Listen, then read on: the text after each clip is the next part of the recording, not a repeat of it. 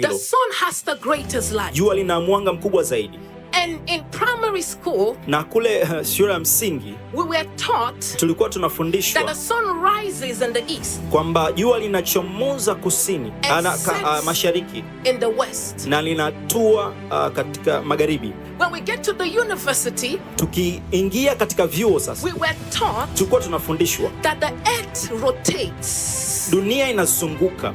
That simply means hiyo inamaanisha the sun is always shining. Jua wakati wote linawaka. Can I say it again? Wacha niseme tena. That simply means the sun is always shining. Inamaanisha ya kwamba jua wakati wote linaangaza, linawaka. It is the earth that is rotating. Ni dunia ambayo inazunguka. So if Tanzania, kwa hiyo Tanzania sasa, kama Tanzania the sun, ikiangalia jua, we say the sun has risen. Tunasema jua limechomoza. If Tanzania, kama Tanzania backs the sun, ikigeuka kwa jua, tunasema jua limezama sasa. If US faces the sun, kama US ikigeukia jua, US will say the sun has risen. US inasema kwamba jua limechomoza. But if it rotates and back the sun, ikizunguka sasa na kugeuzia mgongo jua, the sun is set. Nasema jua limezama. Praise God. Bwana asifiwe. But the sun is not moving. Lakini jua alizunguki, alisogei. Also with God. Lakini pia hiyo sawa sawa na Mungu. God is not shifting. Mungu asogei. God is not changing. Mungu habadiliki.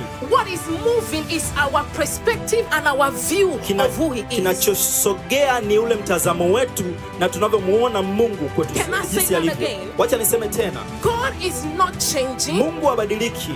God is not shifting. Mungu asogei. He is good yesterday. Yeye ni mwema jana. He is good today. Ni mwema leo. He is good forever. Na ni mwema milele. What is moving? Kinachosogea sasa is our perspective. Ni ule mtazamo wetu. Our view about him. Tunavyomuona yeye Mungu.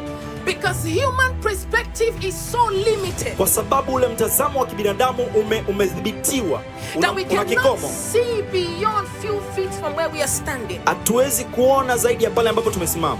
But it doesn't change the truth. Lakini haibadilishi ukweli. God is good. Mungu ni mwema. If you view God from your negative situation, kama ukimtazama Mungu katika hali yako hasi, some days you don't feel he's good. Kuna siku utahisi kwamba Mungu ni mwema. And some days you feel he's good. Kuna siku utahisi kama Mungu ni mwema. But it doesn't change the truth. Lakini haibadilishi ukweli. He is good. Yeye ni mwema. He is good. Yeye ni mwema.